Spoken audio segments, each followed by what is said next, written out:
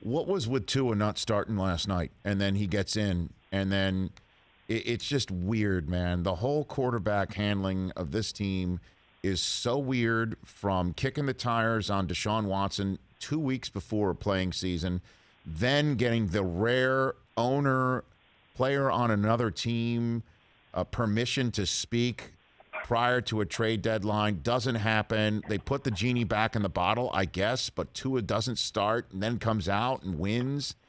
Is he the guy moving? Like, what the hell is going on there? It's just the general sense of the question. Ian. So here's my sense. Brian Flores had two options on Thursday.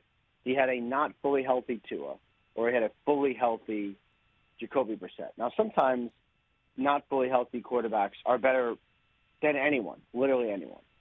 They did not believe that was the case, so Jacoby Brissett starts, looks not very good, honestly, and tweaks his knee and goes down writhing in pain. Now, the fact that he was able to come back and get cleared is okay, but it did not mean he was 100%.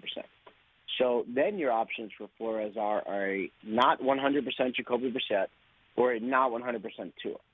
And he chose a not 100% Tua after watching the offense struggle mightily with Brissett, who, was not very good. Was not very good. So his choice was Tua. And what resulted was some wobbly throws and some kind of not great moments, but also some good moments. There were some leadership moments from Tua there. There were some big time plays despite an injury, despite a fractured finger and all that. In the end, it really, really worked out for Brian Flores and for the Miami Dolphins.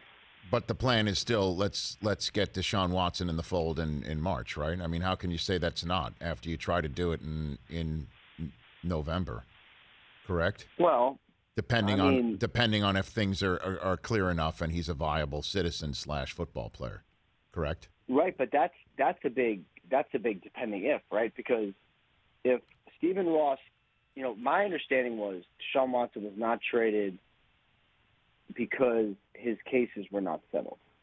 Well, how much more clarity are we going to have by February, March? Are we really going to have that much more clarity? And if Stephen Ross wouldn't do it then, would he do it in March? Also, could be a lot more teams interested. I would expect the Carolina Panthers to be interested as well. I would think they're not going to be the only team. Probably going to be some other very interested teams. So I think the Dolphins will probably explore again, but I would definitely have some questions. All right. Hey, you watched all the way to the end. Thanks for that. Watch more right here.